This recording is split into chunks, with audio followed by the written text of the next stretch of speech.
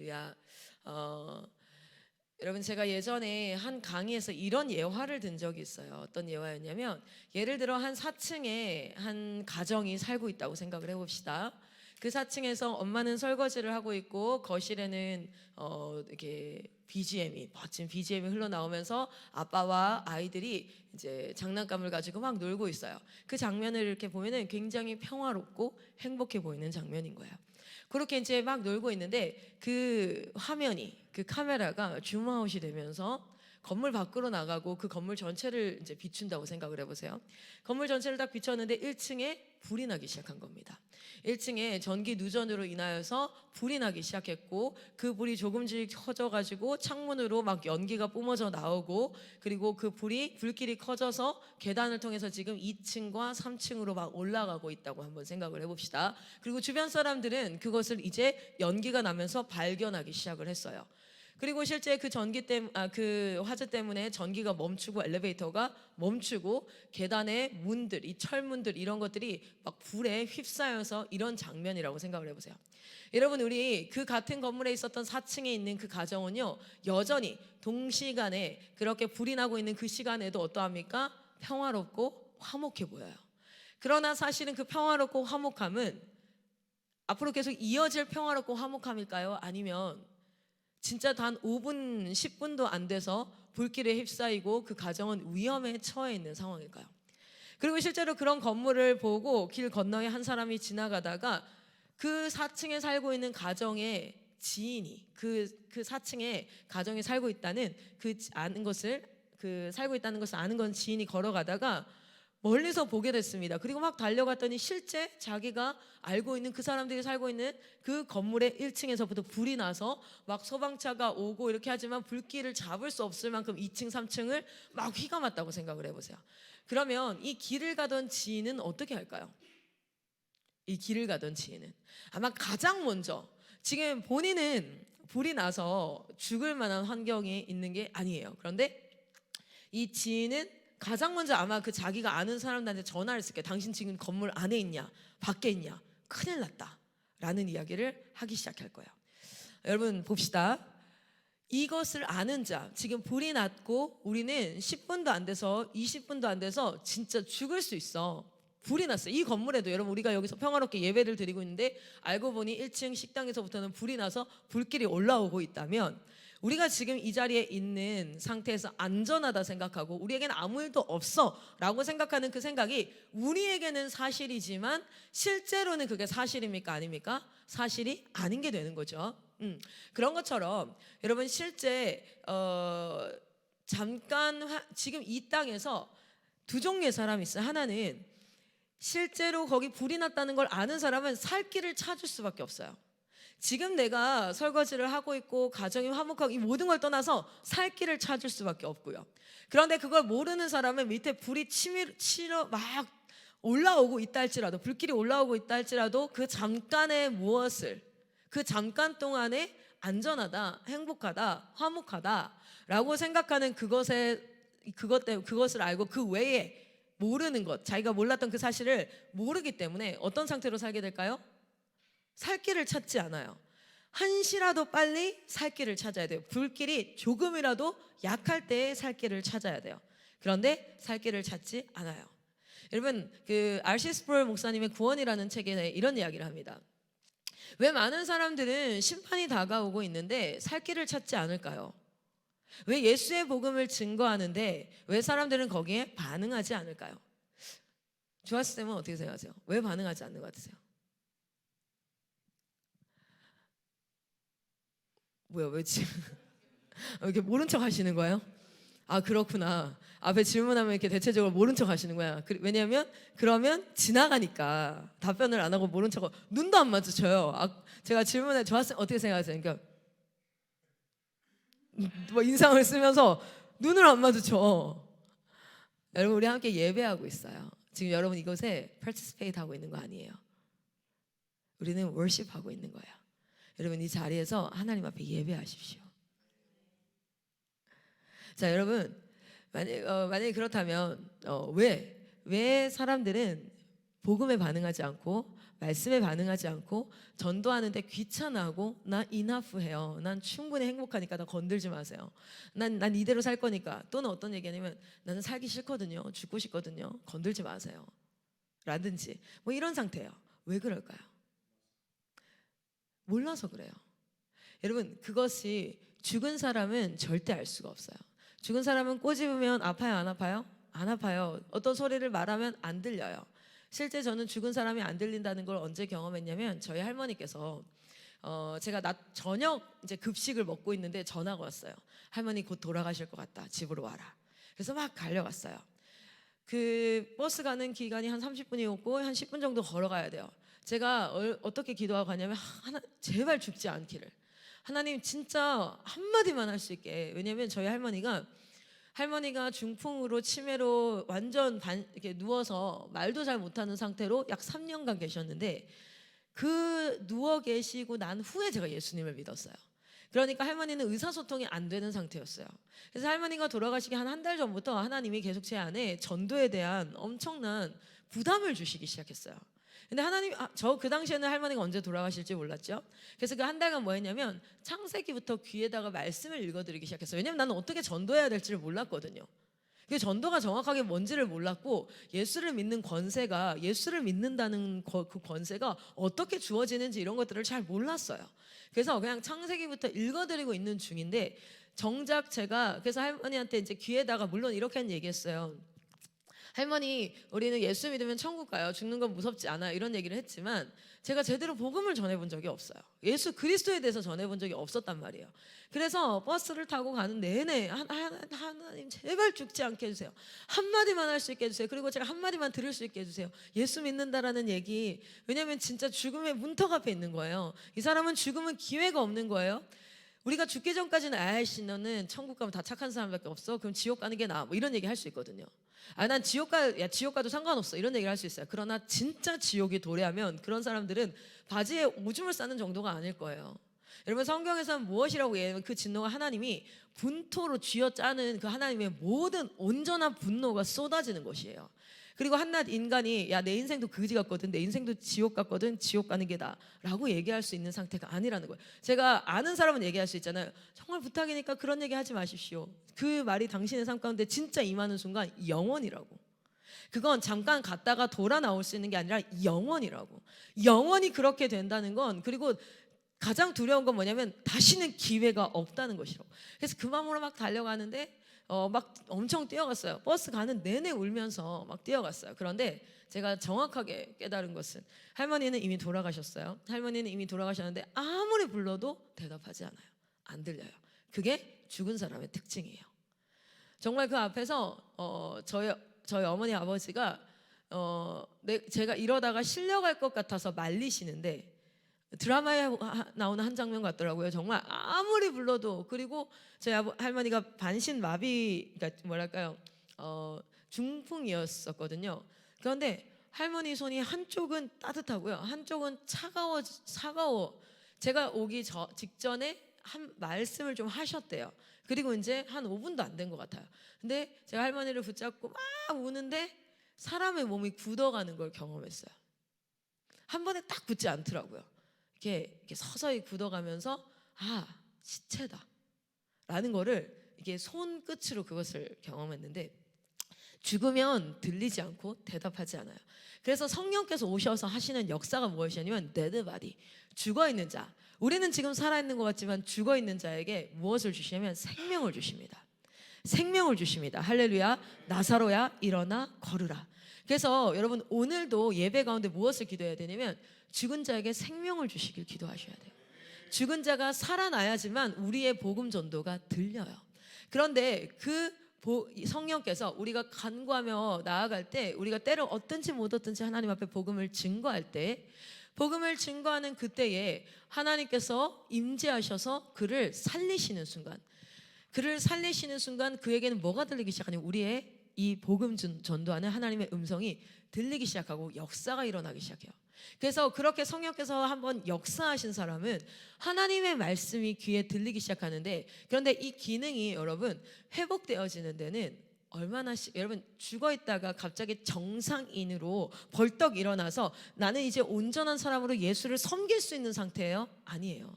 죽었다 살아난 거예요. 이제 뭐 해야 됩니까? 회복해야 되는 거예요. 그러나 사단은 그 회복하는 게 너무 싫은 거지. 어떻게 하는 거예요? 계속해서 방해하는 겁니다. 방해하는 방법은 딱 하나예요. 말씀의 자리, 하나님이 임재하시는 그 자리에서 벗어나게 하는 형태예요.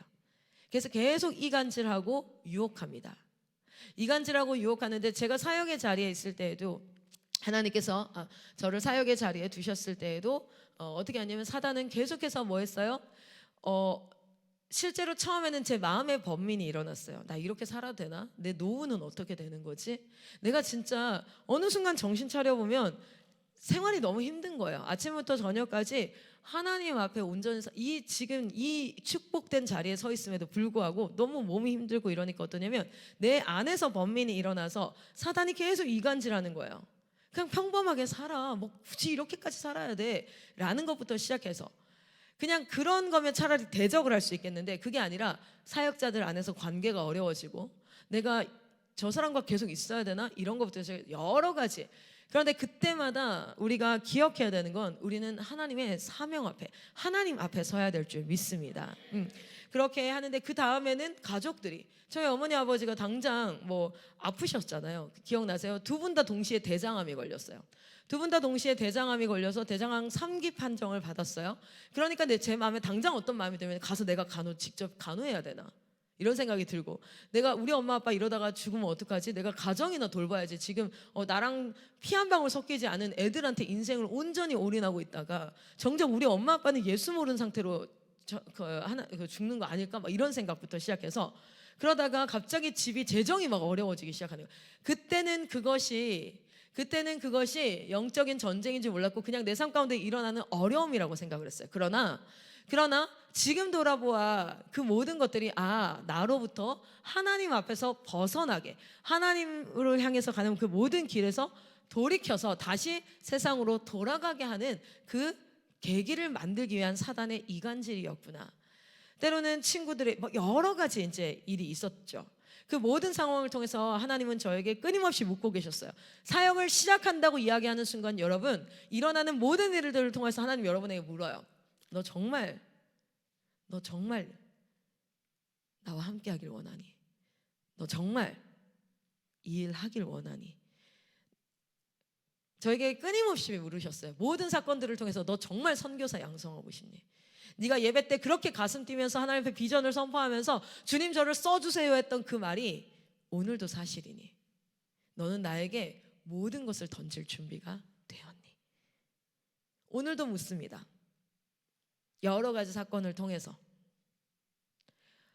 많은 선교사들에게 하나님은 물으셨어요. 어쩌면 자녀가 죽는 그 자리에서, 선교지에서 자기의 아내가 그 선교지 나라 남자들에게 성폭행을 당하고 딸이 주와 터지고 돌에 맞아 죽은 그 현장에서 묻는 거예요. 그래도 너는 이 길 가겠니? 우리는 고난이라고 얘기하고 문제라고 얘기할 수 있지만, 그 모든 것들을 통해서 하나님은 우리에게 묻습니다. 동일하게 사단도 묻습니다. 너 이래도 갈 거야? 너 이래도 갈 수 있겠어? 이건 아니지. 그러나 여러분 기억하십시오. 상황과 환경은 핑계거리가 되고 변명거리가 될 수 있지만, 본질은 사명 앞에 있습니다. 본질은 사명 앞에 있어요. 변명 없는 범죄가 없어요. 변명 없는 행동이 없습니다. 우리가 어떤 어떤 결정에도 우리가 변명 없는 그것은 없어요. 다 이유가 있었어요. 그러나 그 모든 이유가 있었다 할지라도 그 모든 결정에 우리는 우리의 믿음이 나타날 겁니다. 그리고 우리 하나님이 누구인지가 나타날 겁니다. 저는 선교사입니다. 저는 하나님 앞에 부름받았고, 때로는 그 부름받음이 약해질 때가 있고 흔들릴 때가 있어서, 그 상황과 환경 가운데 어머니가 아플 때는 제가 가야 할 것만 같았고, 집에 재정이 어려워졌을 때는 제가 돈을 벌어야만 할 것 같았고, 실제 관계가 어려워지고 이 안에서 제 자리가 명확하지 않을 때에는 이곳이 아닌 다른 곳을 가야 할 것만 같았고, 여러 가지 변명들이 있었어요. 정말 저 사람 나가도 할 말 없다 할 만한 일들도 있었습니다. 그러나 그 모든 상황과 환경 앞에, 하나님 앞에 우리는 결정하는 거예요. 하나님이 부르신 그 자리에서 주님, 끝까지 선교사 양성하다가 가겠습니다. 그리고 혹 하나님, 주님이 나를 옮기신다면 주님 말씀하여 주세요. 그리고 확언해 주세요. 왜냐하면 한 번의 말씀은 때때로 내가 만들어낼 수 있거든요. 여러분 아시죠? 여기는 신앙의 깊이가 꽤 있으시다고 알아요. 말씀 만들어낼 수 있는 거 아시죠? 내 상황 가운데 껴맞출 수 있는 거 아시죠? 그래서 하나님 말씀하시면 확언해 주세요. 그래서 이것은 하나님이 나에게 하신 말씀이구나 라고 분명히 알 수 있도록, 하나님 말씀하지 아니하시면 움직이지 않습니다. 여러분 오늘 이 아침에 다시금 고백합니다. 생명이 살아나는 역사는 아까 예화를 들었던 것처럼 성령께서 살려주셔야지만 일어나는 일이에요. 그렇기 때문에 우리가 오늘도 1일 부흥회가 있죠. 그럼 오늘 하나님 앞에 생명이 살아나는 역사, 그리고 살아난 자들인데 이미 생명이 있는데 아픈 자들이 있어요. 제 기능을 못하는 거죠. 영적으로 하나님 말씀을 못 알아들어요. 그거는 죽어있는 상태가 아니에요. 기능을 회복해야 돼요. 그러면 뭐 해야 됩니까? 주여 귀를 열어주시옵소서. 그리고 들려지고 아무리 똑같은 말이 들려도 어떤 사람은 이해가 안 돼요. 어때요? 영적인 이해력과 사고력을 넓혀 주시옵소서. 하나님 만져주시옵소서. 그렇게 우리가 두 종류로 좀 기도를 해야 하지 않을까라는 생각을 해봅니다. 자, 우리 오늘 이 부분만 한번 같이 보겠습니다. 우리가 전도라는 것이 무엇이었습니까? 결과와 상관없이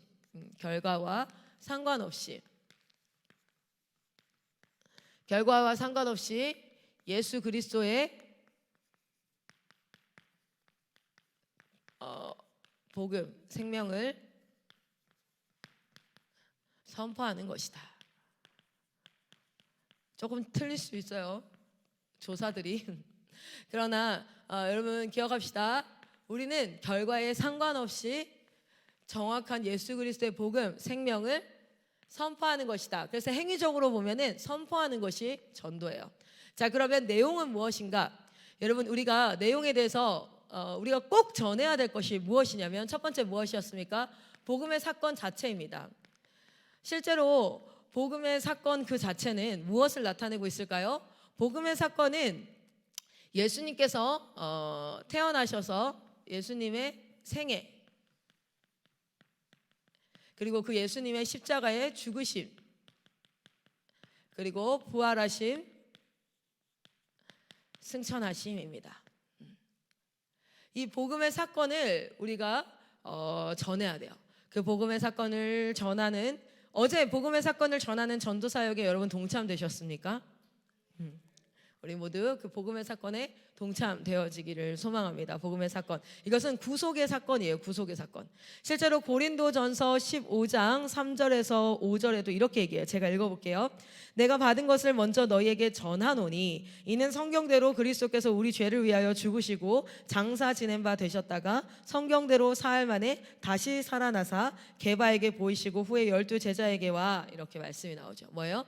하나님께서, 예수께서 사셨고, 예수님께서 생에 태어나셨고 인생을 사셨고 죽으시고 부활하시고 승천하신 그것에 대해서 우리는 끊임없이 선포해야 됩니다. 구속의 사건이죠. 구속의 사건. 구속의 사건에 대해서 선포하면, 그리고 나서는 무엇이었습니까? 복음의 증거입니다. 이 복음의 증거는 당시로 보면 두 가지를 나타낼 수 있어요. 하나는 무엇이냐면 그 당시 예수님이 진짜 오셨던 그 당시를 보면 이 예수님이 그냥 죽었다 살아났어라는 왜 기적의 일부가 아니라 그가 무엇이에요? 구약에 약속하신 실제 인류를 구하겠다는 메시아였다라는 구약의 증거가 필요합니다. 그래서 우리는 점점 전도가 깊어져야죠. 우리가 그 전도 메시지를 계속 전해요.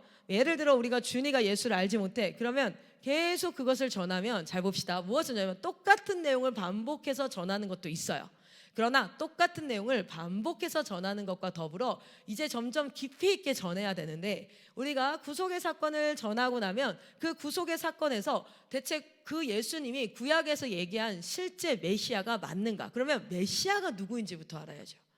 메시아 사상이라는 것이 무엇인가? 메시아 사상은 창세기 3장 15절에서 나와요. 메시아 사상은 뭐예요? 우리는 하나님 나라에서 쫓겨난 자들이에요. 그 쫓겨난 자들이 다시 하나님 나라에 들어가기 위해서는 길을 알아요, 몰라요? 여기 여러분 에덴 가는 길 아는 사람? 에덴 가는 길 아무도 몰라요. 제가 지금 농담이 생각나는데 안 했어요. 왜냐면 아침에 너무 에덴 가는 길, 그래서 에덴의 집에 가는 길 알아요, 몰라요? 뭐 이런 거 하려고 했는데 아침에 이런 헛소리 하면 안 돼, 이렇게 생각해서 이 얘기를 듣고도 우리 조가 웃지 않는 걸 보니까 아직 통역을 안 한 것 같고, 아니면 이 통역은 이 부분을 스킵하려고 결정하셨을 수도 있을 것 같아요. 어쨌든 막 고민, 이렇게 이 농담을 할까 말까 막. 근데 어쨌든 에덴 가는 길 아무도 몰라. 그런데 예수 그리스도만이 누구예요? 내가 길이요 진리요 생명이니 아무도 나로 말미암지 않고 아버지께로 올 자가 없다. 누구냐면 이 나간 사람들을 돌아오게 하는 유일한 그걸 인도할 자가 있어요. 그 중간에 이을 자가, 그 자가 누구냐면 메시아예요.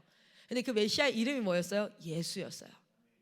그래서 그 구약에 이 메시아에 대한 증거들이 나와 있고, 그 증거와 이 예수가 이퀄이 되느냐, 이것을 우리는 계속 전해야 된다는 거예요. 여러분, 설교는 전도의 가장 멋진 도구이죠.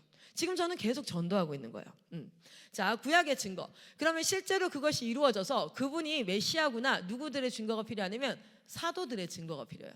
이거는 사도들의 증인입니다. 실제로 봤더니, 여러분, 예수님이 실제로 3년 반을 사셨고, 그리고 실제로 십자가에 죽으셨고, 실제로 부활하셨어 라는 증거, 증언. 그래서 이것을 우리가 이야기하자면, 우리는 그래서 구약과 신약을 계속 전도하는 거죠. 구약과 신약. 집중적으로는 무엇입니까? 사도들의 증거는 사복음서예요. 그런데 바울이 자기를 뭐라 그래요? 나도 사도다. 자신의 사도성에 대해서 변론하죠. 사도는 근데 기본적인 의미는 예수와 함께 생애를 보낸 자예요. 예수를 본 자여야 돼요. 근데 사실 바울은 예수님께서 직접 부르시고 그와 함께 거하시고 이렇게 해야 된단 말이에요. 그런데 바울은 뭐라고 얘기합니까? 다메섹 선상에서 예수님이 자기를 부르셨고 예수께서 나와 함께 거하시고 사도성을 변론한단 말이죠. 그래서 보면은 신약의 13권이 뭡니까? 바울이 쓴 거예요. 그리고 4권이 뭐예요? 사도 그거죠. 그리고 히브리서. 이 신약이 다 무엇인가? 사도들의 증거예요. 사도들의 증거. 사도 요한과 이렇게 해서 다 사도들의 증거. 12 사도들의 증거. 자, 그래서 우리는 이것을 전해야 된다는 거예요. 복음의 전도의 확장. 자, 그리고 세 번째, 어제 제가 무슨 이야기를 했을까요? 세 번째, 복음의 확언입니다. 복음의 확언. 확언은 말을 한 번 더 다시 확인한다, 확신한다 라는 복음의 확언. 대체 이 복음이 우리에게 다시 한번 말하는 그 의미가 무엇일까요? 복음의 확언이에요. 우리가 확실히 말한다는 게 아니라 우리는 복음의 증거는 구약과 신약에 나타나 있죠. 자, 그러면 복음이 우리에게 말해주고 있는 확실한 언어, 복음이 말하고 있는 건 무엇일까요? 복음이 말하고 있는 건 말씀을 한번 찾아봅시다. 복음이 말하고 있는 것, 로마서 14장 9절입니다. 로마서 14장 9절.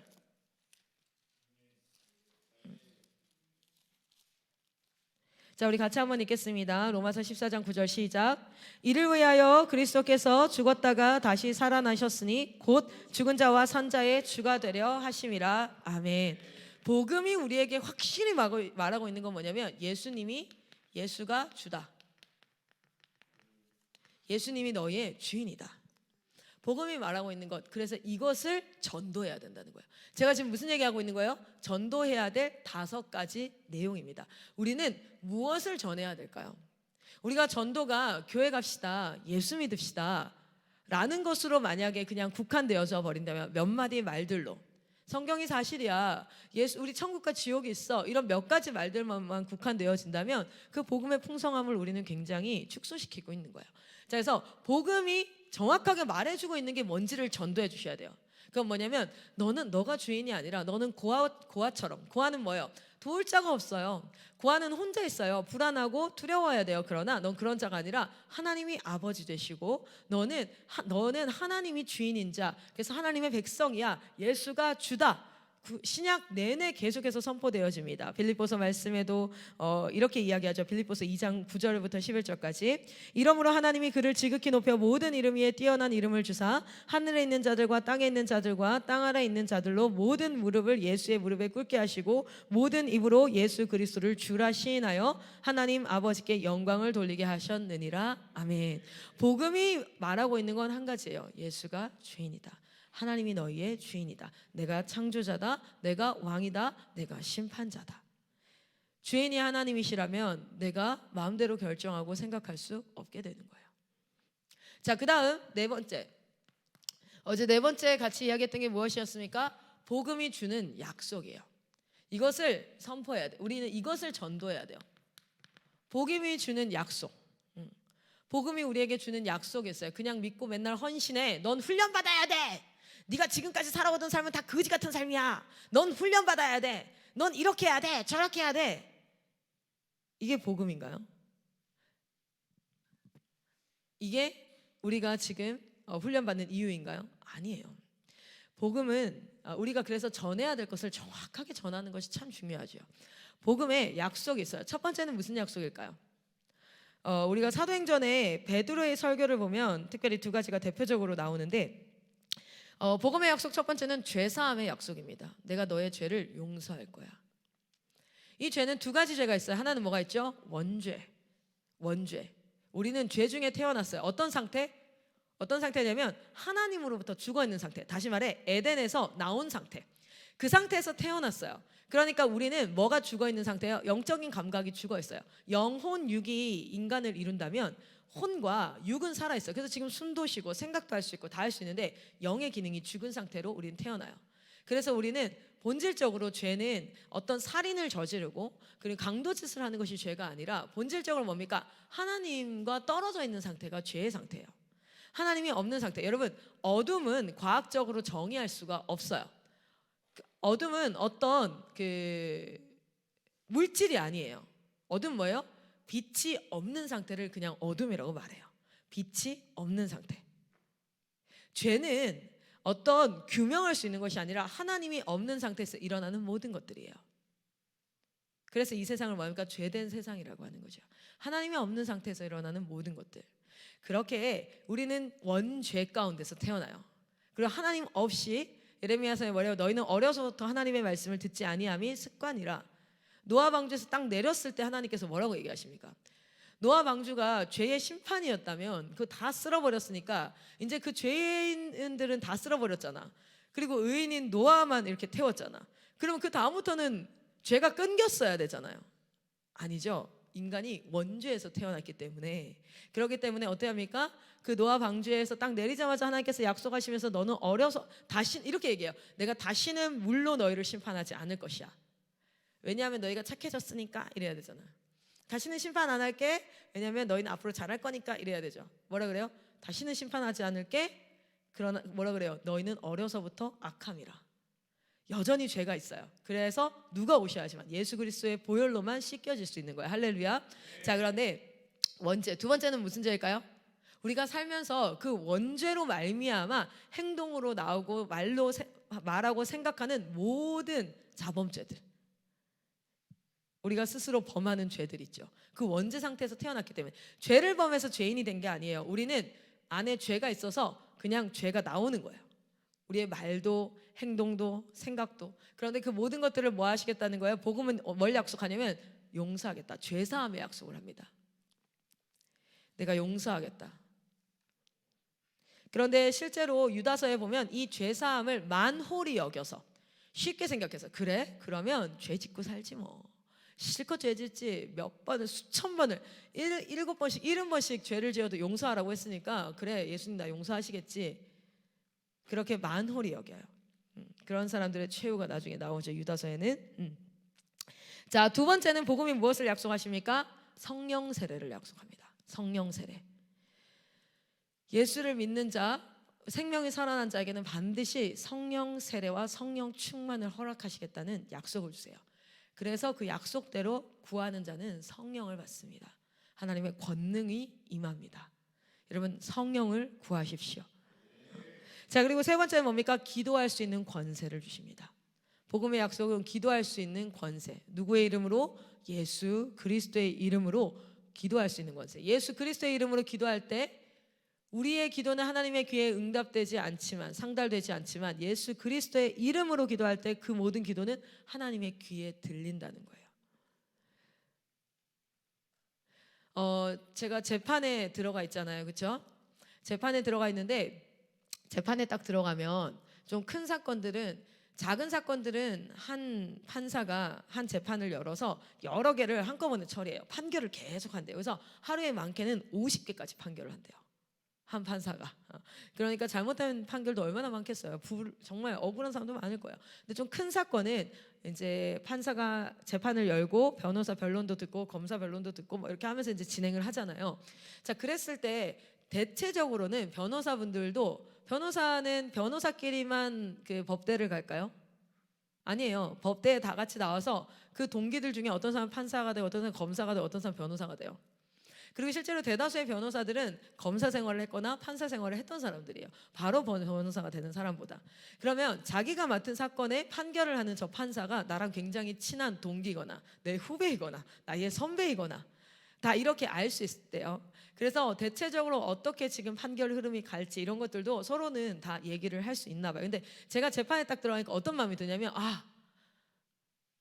그 재판 판사가 어떤 신앙관과 어떤 생각을 가지고 있는가에 따라서 굉장히 실리적인 사람이 내리는 판결과 이런 게 달라서 제가 어떤 마음이 드냐면, 내 재판을 맡은 그 판사가 누구일까를 알고 싶고 그 사람이랑 대화 한번 할 수 있으면 훨씬 내 판결에 도움이 될 거. 그러니까 뭐냐면 어떤 힘을 가진 사람에게 내가 한번 좀 대화를 하고 좀 어필을 하고 싶은 이런 생각이 들잖아요. 여러분 보세요. 만왕의 왕이신 하나님의 귀에는, 왕에게는 우리가 함부로 만날 수 있어요, 없어요? 여러분이 갑자기 삼성 회장을, 내가 지금 삼성 냉장고를 쓰고 있는 고객인데 내가 삼성 회장을 만나야겠다, 내가 지금 할 말이 있다, 내 냉장고를 쓰다 보니까 이거는 야 주인 나와, 그런다고 여러분 삼성 회장을 만날 수 있어요? 못 만나죠. 다 차단된단 말이에요. 그런데 만날 수 있는 사람은 몇 안 돼요. 그 리그 안에, 바운더리 안에 들어간 사람이에요. 그리고 만날 수 있는 사람은 굉장히 큰 영향력을 서로에게 미치면서 결정을 할 수 있는 결정 권한을 가진 사람이잖아요. 그 만나야 되는 사람은. 여러분, 우리의 기도가 하나님 귀에 들린다는 건 어마어마한 특권입니다. 내 그냥 외침이 저 멀리서 짖는 개소리가 아니라, 저기서 들리는 그런 시장에 있는 아줌마들 버글버글거리는 소리가 아니라, 예수님의 이름으로 기도할 때, 여러분 이런 거예요. 내가 소파에 딱 앉아 있는데 예수 이름으로 딱 기도하면 하나님 귀에, 내가 소파에 앉아서 누가 나의 옆에서 대화하는 것처럼 하나님 귀에 내 기도가 상달된다는 거예요. 할렐루야. 복음의 약속은 무엇이냐면 기도의 권세를 우리에게 주셨다는 거예요. 무엇이냐면 하나님의 귀에 내 음성이 들리고, 그리고 내 귀에 하나님의 음성이 들릴 수 있는 그 기도 호흡의 권세가 우리에게 주어진 겁니다. 여러분의 기도는 그냥 공허하게 외치는 하는 그런 게 아니라 하나님 귀에 들려요. 하나님 귀에. 자, 그리고 또 있습니다. 그 다음 무엇입니까? 사망 권세를 이기는 능력을 주셨어요. 세상을 이기는 권세는 이것이니 우리가 주를 믿는 것이죠. 믿음으로 말미암아 세상 권세, 사망 권세를 이길 힘이 주어졌습니다. 이것을 우리는 사람들에게 얘기할 수 있어요. 우리는 이것을 선포해야 돼. 이건 제가 얘기하는 게 아니에요. 이건 제가 얘기하는 것이 아니라 수많은 믿음의 선배들이 우리가 꼭 전해야 될 것이 무엇인가, 복음은 대체 우리에게 뭘 말하고 있는가, 우리가 전해야 되는 건 복음이고 우리는 복음의 증인이 되는 것인데, 그럼 그것은 무엇인가 했을 때 사망 권세를 이길 수 있다라는 능력입니다. 사망 권세를 이길 수 있다는 건 무엇이냐면, 우리 준이를 아주 작은 말 한마디로 말미암아 뭐 하기 시작해요? 우울한 감정이 들기 시작해요. 사람들이 지나가면서 이렇게 얘기하는 거예요. 우리 예진이 너무 예쁘다. 예진이 이것도 너무 잘하네. 찬양도 너무 잘하네. 근데 어느 날 갑자기 그 예진이를 칭찬하는 그 사람의 소리를 듣는데 준이가 비교의식이 확 찾아오면서, 그래 나는 쓸모가 없어. 그래 이런 마음이 들기 시작하는 거예요. 왜냐면 사망 권세가 지금 스물스물. 그렇게 해서 처음에는 아주 작은 마음으로 시작하는데 그 권세가 나중엔 이 친구에게 뭐까지 갑니까? 자기 존재가 완전 자존감이 바닥을 치는. 그래서 그 어떤 것도 하나님이 뭐라고 이렇게 하나님이 도전을 주고, 하나님은 어떤 방식으로 설교자를 통해서 설교 자리에서 도전을 준단 말이에요. 그런데 그 도전이 여기가 우울함으로 가득 차 있으면 어떻게 해요? 튕겨져 나와요. 하나님의 통치가 임하지 않고 사망 권세가 얘를 확 휩싸요. 그런데 우리는 무엇을 이길 권세가 주어졌어요? 우리의 선포함을 통해서 사망 권세를 이길 능력이 주어집니다. 이것이 복음의 약속이에요. 마음으로 들어오는 질병들, 실제 육체로 오는 질병들, 여러 가지로부터 우리는 하나님 앞에 무엇을 받았습니까? 이 사망 권세, 결국은 죽음에 이르게 해요. 영을 죽음에 이르게 하고, 생각을 죽음에 이르게 하고, 육체를 죽음에 이르게 하는 이 모든 것들을 이길 힘을, 그 권세를 복음을 믿는 자에게 주어진 복음의 약속이에요. 대표적으로 우리가 전도할 때 꼭 전해야 되는 네 가지가 무엇입니까? 죄사함, 그리고 성령 세례, 기도 권세, 사망 권세를 이긴 것에 대해서 반드시 선포해 주셔야 돼요. 반드시 알려주셔야 돼요. 그리고 더 많은 약속들을 찾으셔야 됩니다. 오늘은 여기까지예요. 자, 그 다음 마지막 다섯 번째가 무엇이었습니까? 복음이 요구하는 게 있어요. 복음은 무엇을 요구할까요? 한마디로만 얘기할게요. 회개를 요구합니다. 복음은 회개를 요구합니다. 이 회개는 단순히 눈물을 열심히 흘리면서 또는 내 인생에 이건 아닌데 저건 아닌데 하는 후회들과 이런 것들이 아니라, 회개는 가던 길을 멈추고 돌이키다. repent는 돌이키다라는 뜻이에요. 지금까지 내가 해오던 생활 방식, 지금까지 내가 생각하던 모든 가치관의 생각 방식들, 이 모든 것들을 뭐 하는 거예요? 돌이켜서 어디로 향하는 겁니까? 하나님께로 향하는 거예요. 그게 회개입니다. 회개. 본질적 원죄에 대한 회개가 일어나요. 그것을 경험하시는 분들 막 예배 가운데 막 2시간, 3시간씩 눈물을 흘리기도 하고, 이렇게 본질적인 원죄에 대한 회개가 일어나요. 그리고 우리는 평생에 뭐예요? 내가 살아왔던 모든 삶의 습관과 가치관과 생각들의 회개가 일어나야 됩니다. 복음은 그것을 요구합니다. 복음은 하나님의 의의 길로, 옳은 길로 돌아오라라는 것을 요구하고 있어요. 그것을 전도할 때 꼭 알려주셔야 돼요. 그것을 꼭 선포해야 될 줄 믿습니다. 자, 우리 여러분, 이틀에 걸쳐서 전도란 무엇인가? 두 번째는 전도할 때 우리는 무엇을 선포해야 되는가에 대해서 나누었어요. 이것이 점점 더 풍성해질 거예요. 여러분의 삶 가운데. 이 맥락 안에서 점점 더 풍성해질 거예요. 전해야 될 것이. 그리고 내일은 함께 내일 개인 예배로 진행되어질지 이런 것들은 사랑 선교사님이 결정해서 진행하시겠지만, 그 다음은 제자 양육입니다. 제자 양육. 전도받은 그 사람이 이제 그리스도의 제자로 살아가는 것은 무엇인가? 여러분, 이 사역을 하실 때, IM 선교에서 사역을 하실 때는 굉장히 중요한 것 중에 하나가 뭐냐면, 정확하게 정의하고 분류할 수 있는 능력이 있어야 돼요. 두리뭉실하면 안 돼요. 두리뭉실하면 틈타요, 사단이. 이거는 아마 사역해 보면 알 거예요. 어느 순간 여러분이 하는 그 결정은 어떤 기준이 있어야 됩니다. 그리고 그 기준에서 항상 생각을 해봐야 돼요. 어제 그저께 한 선교사님이 저한테 이런 얘기를 했어요. 쌤, 제가 아침 토라를 해야 되는데 원래 그 한 팀이 이제 매일 성경을 하고 있었대요. 말씀을. 그런데 또 다른 팀이 왔는데 그 팀은 세나를 하고 있었나 봐요. 세나인지 뭔지 하여튼 뭐 다른 큐티 책을 하고 있었대. 뭘로 해야 될까요? 자, 실질적인 결정을 해야 되죠. 그래서 제가 뭘 얘기했냐면 본질을 질문했어요. 토라는 무슨 시간입니까? 막 답변하기를 토라와 트리플스쿨의 차이는 무엇입니까? 정의를 계속. 왠지 아세요? 어떤 결정이든 그 사건만 보고 결정하면 항상 잘못 결정할 수 있어요. 그 순간에는 이게 최선의 결정이었는데, 이게 이렇게 했어야 되는데 나중에 한후 지나고 나면 이거 잘못됐네. 그래서 항상 그 시간에 대한 정확한 정의와 분류와 그리고 이것들을 생각하고 그 기준 안에서 결정을 해봐야 돼요. 여러분, 토라와 트리플스쿨은 오늘 이 얘기하면은 아침 예배가 더 길어지겠죠? 오늘 여기까지 할 텐데 너무 알고 싶죠? 그건 나중에 또 얘기할게요. 내일일까요? 구분이 있어요. 그 시간들마다의 정의들이 있어요. 이거는 뭐 하는 때입니다. 목적이 있어요.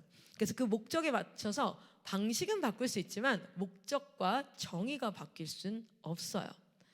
나는 전도했다라고 얘기할 수 있어요. 나는 전도했습니다. 근데 하나님이 나중에 그게 진짜 전도가 아니었어 하면 어떡해요? 그렇잖아요. 그래서 우리는 말씀 가운데 말씀으로 정의되어지는 것들을 찾아야 되고 정말 신중하게 하나님 앞에 하나하나를 결정해 가야 돼요. 그래서 말 한마디 하는 거나 행동하는 것조차도 뭐합니까? 우리는 하나님 앞에 기도함으로 하잖아요. 기도함으로. 어제 그 모습을 보고 제가 요 얘기만 하고 마칠게요. 어제 필리비가 너무 말도 안 되는 거 가지고 막 떼를 부리는데 저도 너무 화가 나더라고요. 저도 너무 화가 나서 얘는 필리비는 조그만하고 저는 어른이니까 힘이 있으니까 때리고 싶더라고요. 여러분 아세요? 화가 나면 왜 막 때려버리고 싶고 어떤 부모님 이런 얘기 하거든요. 애가 막 미쳐서 밀가루 부르듯이 자기를 열받게 하는데 머리채를 잡고 딱 이렇게 하고 싶더래요. 입 닫아 이렇게 하고 싶더래요. 뭐 이런 마음이 드는 이게 우리의 죄인의 모습이잖아요. 어제 이렇게 그렇게 화가 나서 제가 손이 나도 모르게 필립이 등짝을 이렇게 때리려고 하다가 제가 진짜 근데 그때 성도도 있고 필승이도 다 있었어요. 근데 진짜 너무 화가 나서 야 조용해 이렇게 하려고 했어요. 근데 대체적으로 부모님들이 애 키울 때 그렇게 하시기도 하거든요. 근데 딱 손을 드는 순간 제가 어떻게 했냐? 주님. 그래서 손을 이렇게 잡고 내리면서 조용히 저 혼자 주님 저를 도와주세요. 어떻게 해야 됩니까? 근데 일단 행동을 하면 후회할 수 있어요. 그래서 그 행동을 하기 전에 주님 앞에 묻는 거야. 근데 그렇게 다 하고 나니까 때리지 않고 얘한테 다시 한번 설명했는데 그 모습을 필승이가 이렇게 놀랬어요. 필승이도 엄마가 손을 들어서 애를 때리려다가 손을 내리고 혼자 이렇게 기도하면서 한숨을 내쉬고 필립아 이거는 이렇게 하는 거야. 싫어 막 근데 필승이 옆에서 그거를 되게 이렇게 딱 지켜보더니 필립아 이건 그렇게 하면 안 돼. 이건 이렇게 하는 거야. 형아가 도와줄게. 막 이러면서 이제 막 어떻게든 자기가 할 수 있는 최선을 다하려고 이렇게 하는데 나중에 제가 이제 필승이가 저를 보았다는 게 눈에 보였기 때문에 나중에 가서 이렇게 얘기했어요. 필승아 아까 엄마가 엄마가 좀 이상했어. 그러니까 아니요 이렇게 얘기하는 거예요. 얘도 약간 무서울 수 있잖아요. 엄마가 때리려고 하니까 이제 그러니까 아니요 이러는 거죠. 엄마도 죄인이라서 엄청 화가 날 때가 있고 그냥 내가 하고 싶은 대로 하고 싶을 때가 있어. 그런데 엄마는 예수님을 믿게 됐고 그리고 이제부터는 예수님이 나를 철저하게 통치하시길 원해. 나는 후회되는 행동하고 싶지 않아. 나는 엄마는 죄인이라서 하는 모든 행동들이 다 죄가 묻어 나올 수밖에 없어. 그래서 나는 하나님 앞에 이거를 좀 이렇게 하고 싶다고 이렇게 얘기를 했어요. 그랬더니 필승이가 그거를 그 어린애가 걔 듣고 있다가 이렇게 하는 거예요. 저도 그러면 그렇게 하고 싶을 때 예수님한테 기도할게요 이렇게 얘기하는 거예요. 근데 그 자리가 저한테 너무 은혜가 됐어요. 제 자신에게가 아니라 하나님이 나를 통치하시기를 원하는 저는 항상 부족한 엄마라고 생각하거든요. 제 결정들이 아이들한테 때로는 되게 그런데 하나님이 진짜 나를 통치하실 때 내가 완벽해서가 아니라 내가 하나님의 통치를 갈망할 때에 그때 하나님이 나의 연약함과 이 모든 것들을 통하여서 역사하시는구나. 그런 것들을 경험합니다. 여러분이 완벽해서 사역하는 거 아니에요. 여러분이 완벽하고 철저하고 굉장히 탁월해서 사역하는 거 아니에요. 하나님을 갈망하는 자리에 반드시 하나님께서 역사하시는 줄 믿습니다. 주님, 그래서 부정적인 말 하지 마라는 말을 가끔 IM에서 하죠. 그런데 여러분 부정적인 말을 하지 마 하면 거기에 억압이 돼가지고 또 그래 말하면 안 돼 그게 아니라 왜 그렇게 얘기하냐면 어차피 그 말을 해도 그 문제가 해결되지가 않아요. 그렇다면 차라리 부정적인 말을 한마디 할 때 오히려 하나님이 일하실 거야. 하나님 도와주세요. 하나님이 하실 수 있어. 주님 제가 어떻게 하기를 원하십니까? 주여 저의 무지한 저를 깨닫게 하셔서라도 일을 하게 해주세요. 그것이 훨씬 더 사역에서 하나님이 역사하시기에 너무너무 좋은 환경을 만든다는 거야. 그러나 우리에게서 부정적인 말이 나오고 이렇게 하면 하나님 우리를 통해서 역사하셔야 되는데 우리가 하나님의 능력을 제한할 수 있게 되어져요. 여러분 어떤 말이든 행동이든 하나님 앞에 먼저 기도하십시오. 내가 원래 하던 대로가 아니라 하나님 앞에. 우리 하나님 앞에 사역하는 오늘 하루가 되기를 간절히 소망합니다.